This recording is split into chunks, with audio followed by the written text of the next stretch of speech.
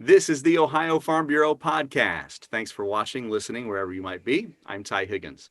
Without a doubt, we live in a global society, so it's important to visit other parts of the world to see how agriculture looks there and how we can work together successfully moving forward.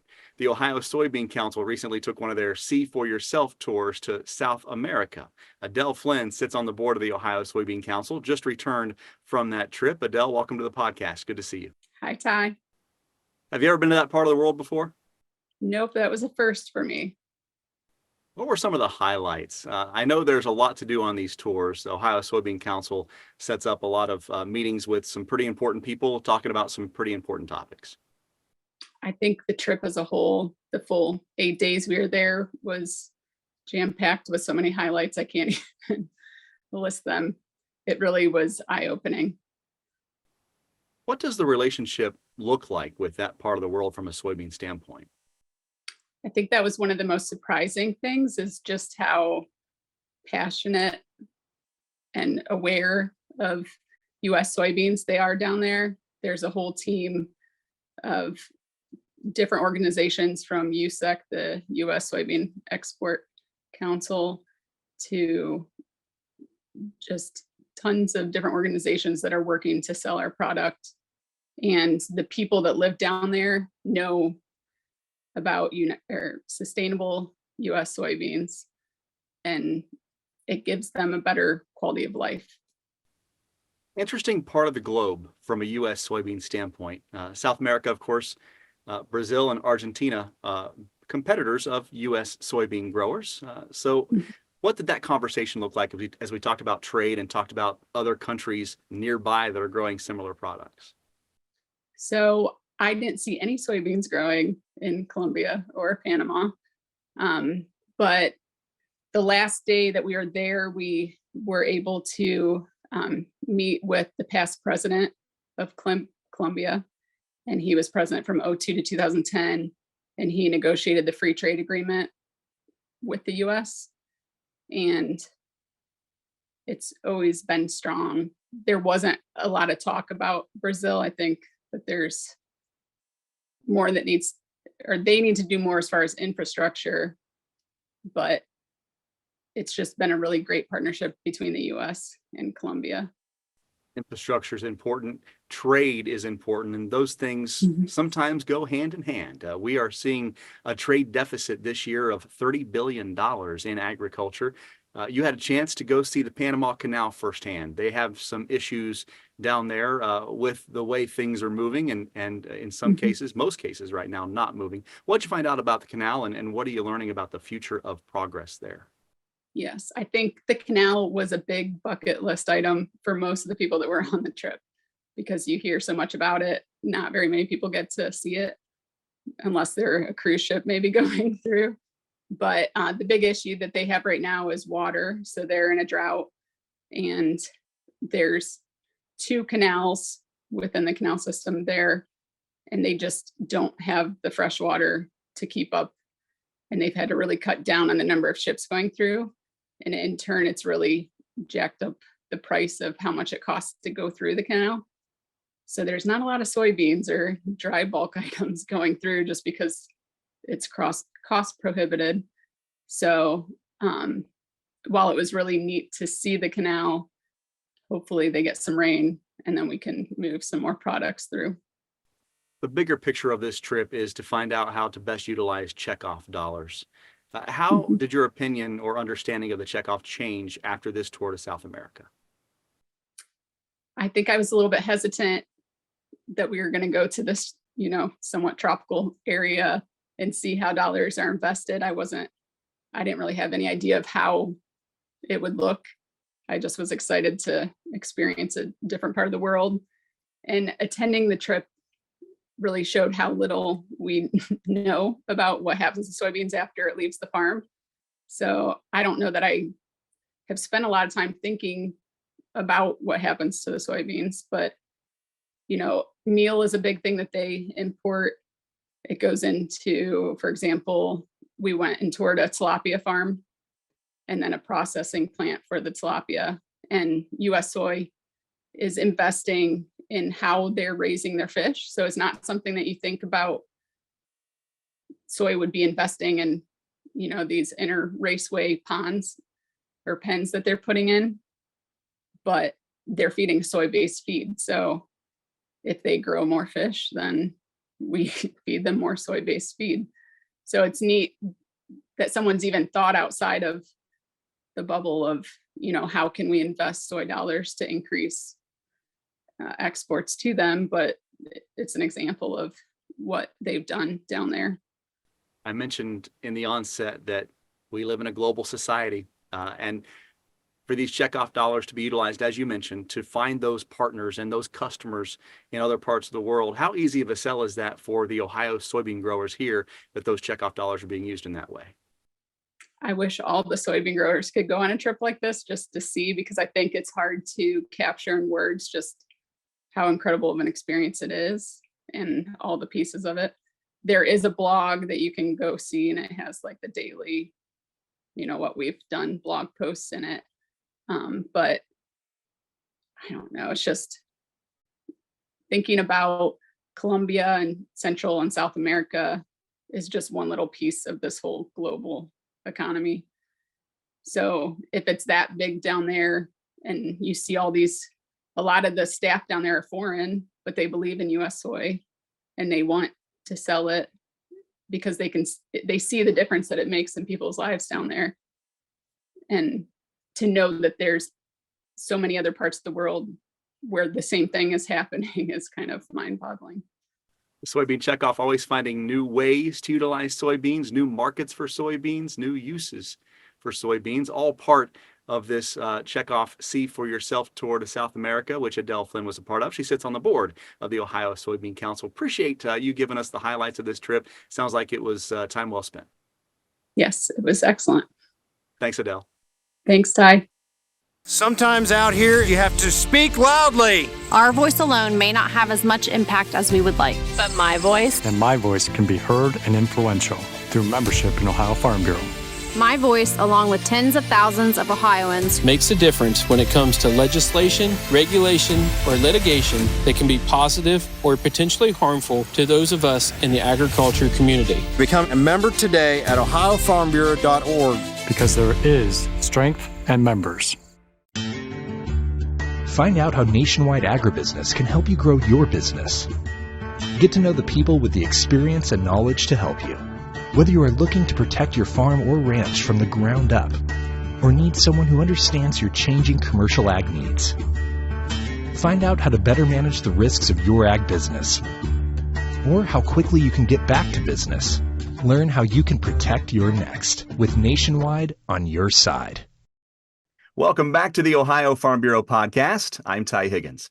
Half the farmland in the U.S. is owned by individuals at least 65 years old. Another staggering piece of data, just 4% of those farms transitions to the fourth generation. Succession planning becoming more important for Ohio farm families for a multitude of reasons. In the March-April issue of Our Ohio magazine, in Ohio Farm Bureau members' mailboxes now, you'll learn about the Beginning Farmer Tax Credit Program, hear about 2 farm transition case studies, and get tips on how to start the farm succession conversation, and much more. To talk more about the latest issue of Our Ohio magazine, we bring in Adam Sharp, Executive Vice President of Ohio Farm Bureau, and the organization's Director of Editorial Content, Kelly Milligan-Stammen. Welcome to you both.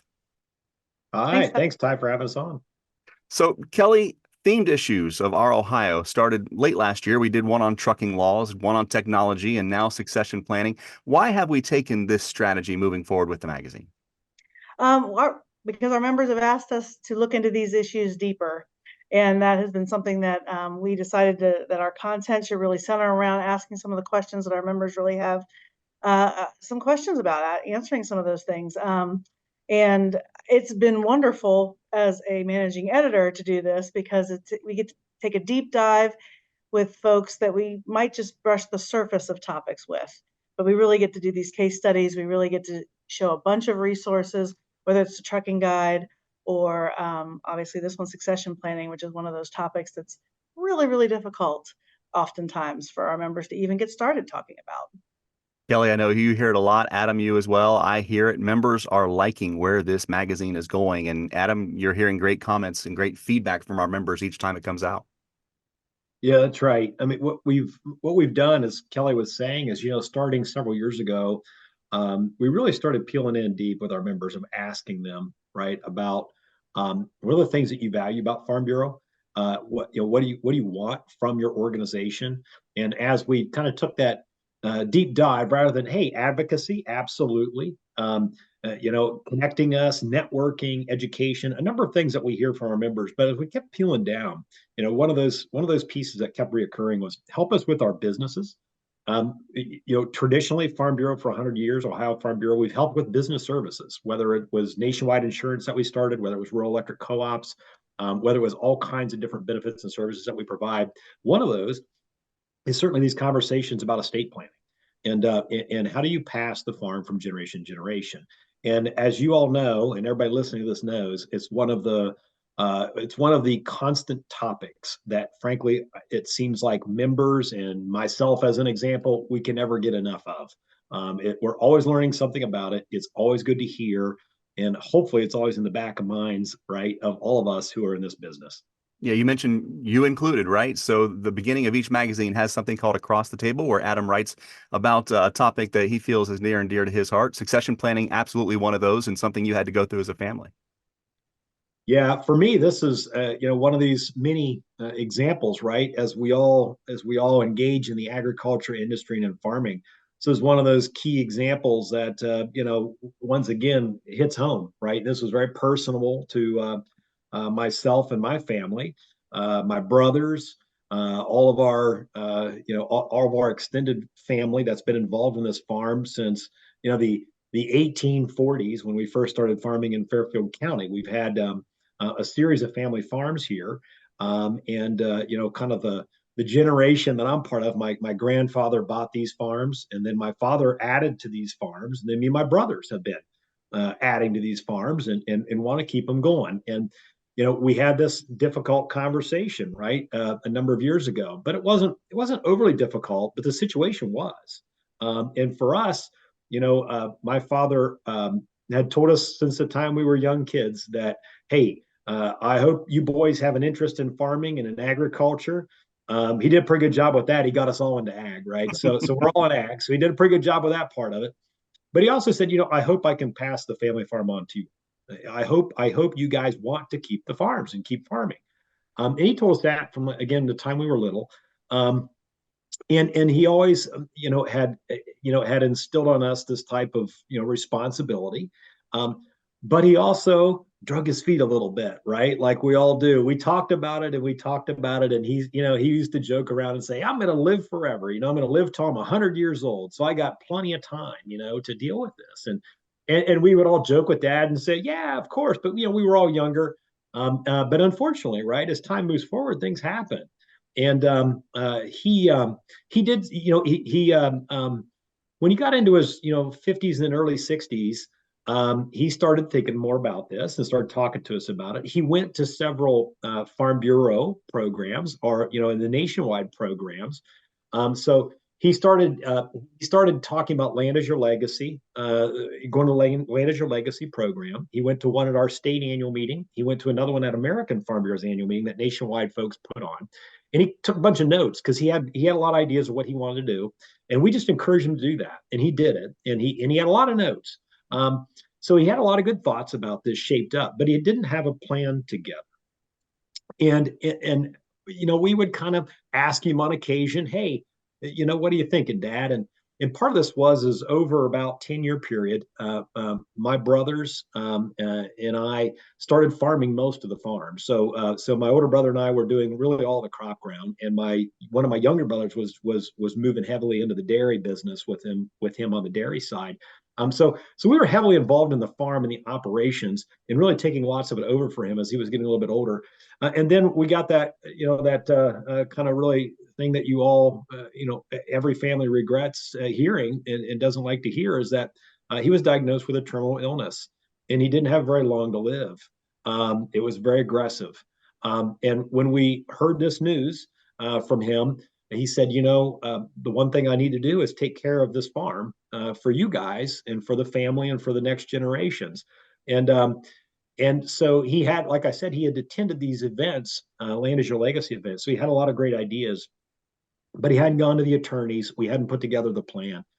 We were blessed at that moment, though, that despite his failing health, he was blessed with enough time to do the things he wanted to do to get things in legal order that he wanted to get them in. It was a scramble. It was a scramble, but he got it done and was able to get things in good order to move things over to all of us upon his passing, and that was something that we knew that was his wish, right? That was something he talked about his whole life.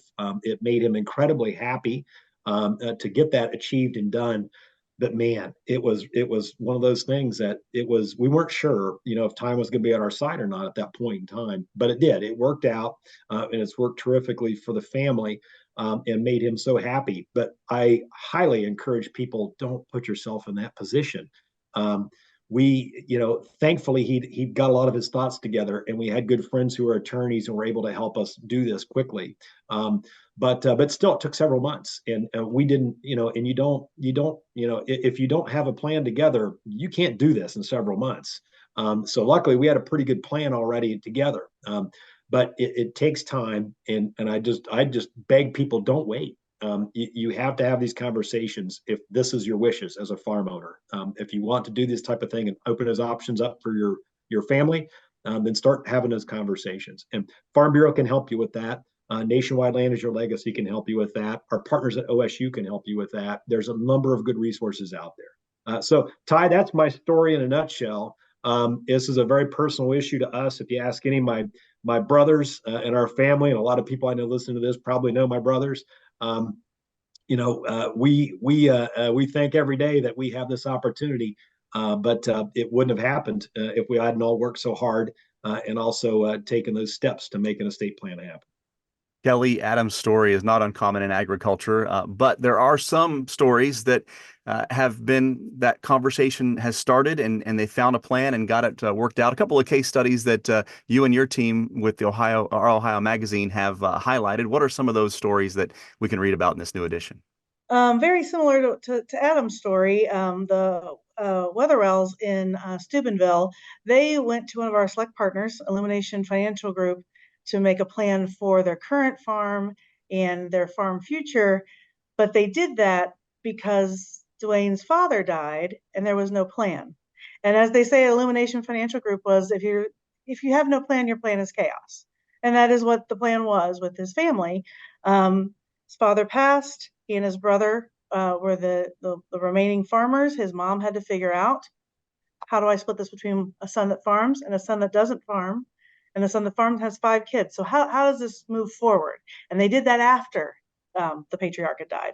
And and Dwayne says himself, he says, I knew I should have done this earlier. I knew I should have talked to the folks at Land is Your Legacy. I knew all about the program. He's part of the board in that county. He knows it, but they didn't do it. And he's same as Adam and his family, very much encouraging folks to actually take that proactive step to make this plan. They're in the middle of their plan right now with those select partners on that side of in Eastern Ohio, but then they are going to carry on through with their family's future. And the great thing about it is his mom breathes a sigh of relief. She's like, okay, now there's a plan. I don't have to worry about the plan. There's one. So that's one case study that we talk about in the magazine. Another one is Ron Smith in Ashland County, and they have a 200-year-old farm up there, family farms. He and his nephew are doing the bulk of the work with his brother Denny, Ron's brother Denny. Make a long story short, very much like Adam's father, his father, Ron, who's now in his 80s, his father didn't die till he was 102, made his wishes very known, how he wanted the farm to continue in the family. And they took those conversations out of their heads and actually talked about them as a family. And that's something that one of the things Dwayne Weatherell says, often folks think they know what their dad wants or their mom wants or how the family's farm is going to continue. But unless you actually articulate it and talk about it, you're not going to be able to really know and come up with that plan. So there's a couple of case studies we have in the magazine, a couple of articles. As Adam mentioned, lots of resources from Land is Your Legacy, the Ohio Farm Resource Service at Ohio State. Lots of little ways to, and big ways too, to talk about starting the conversation. Because at the end of the day, if the conversation isn't started, you really cannot come up with the plan that you need. Bottom line, assumptions aren't worth a dime when it comes to succession planning. And Adam, getting that conversation started, that very first step, probably the hardest one, but necessary. It was, and that the thing that made it easier was that there were these sessions, right, that are offered.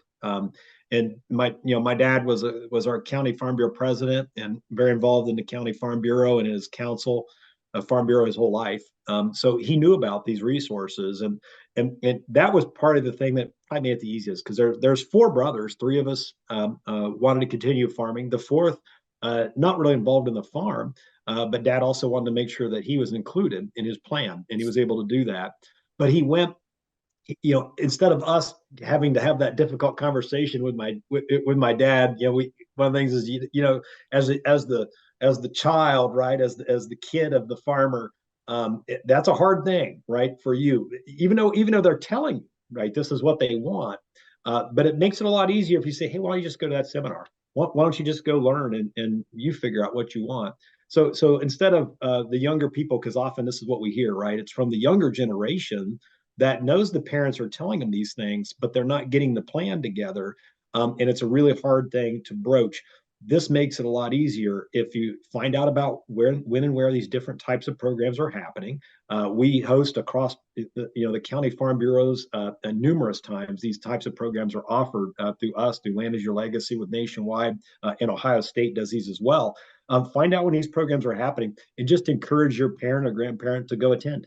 I mean, it can be that easy to help them start talking and planning rather than you having to kind of start plowing through details or something like that. That can be very hard, and maybe not really the most acceptable thing in family dynamics, because as we all know, everybody's farm family, there's different dynamics. And one of the easiest ways is just have them go to these sessions and listen for themselves. It dawned on me as you were speaking that I have an issue here in my office, so I wanted to hold it up and show everybody what it looks like, because it might be sitting on the kitchen table or on the counter there, and you haven't got to it yet. But look for this cover, March-April issue of our Ohio, to find all the resources we have, as Adam mentioned, Ohio Farm Bureau, Ohio State, Nationwide for succession planning. You can get it all right here in this issue. And I really appreciate you guys taking time for us. Adam Sharp, Executive Vice President of Ohio Farm Bureau, the organization's Director of Editorial Content, Kelly Milligan Stammen. Appreciate you guys very much. Thanks. Thanks, Ty.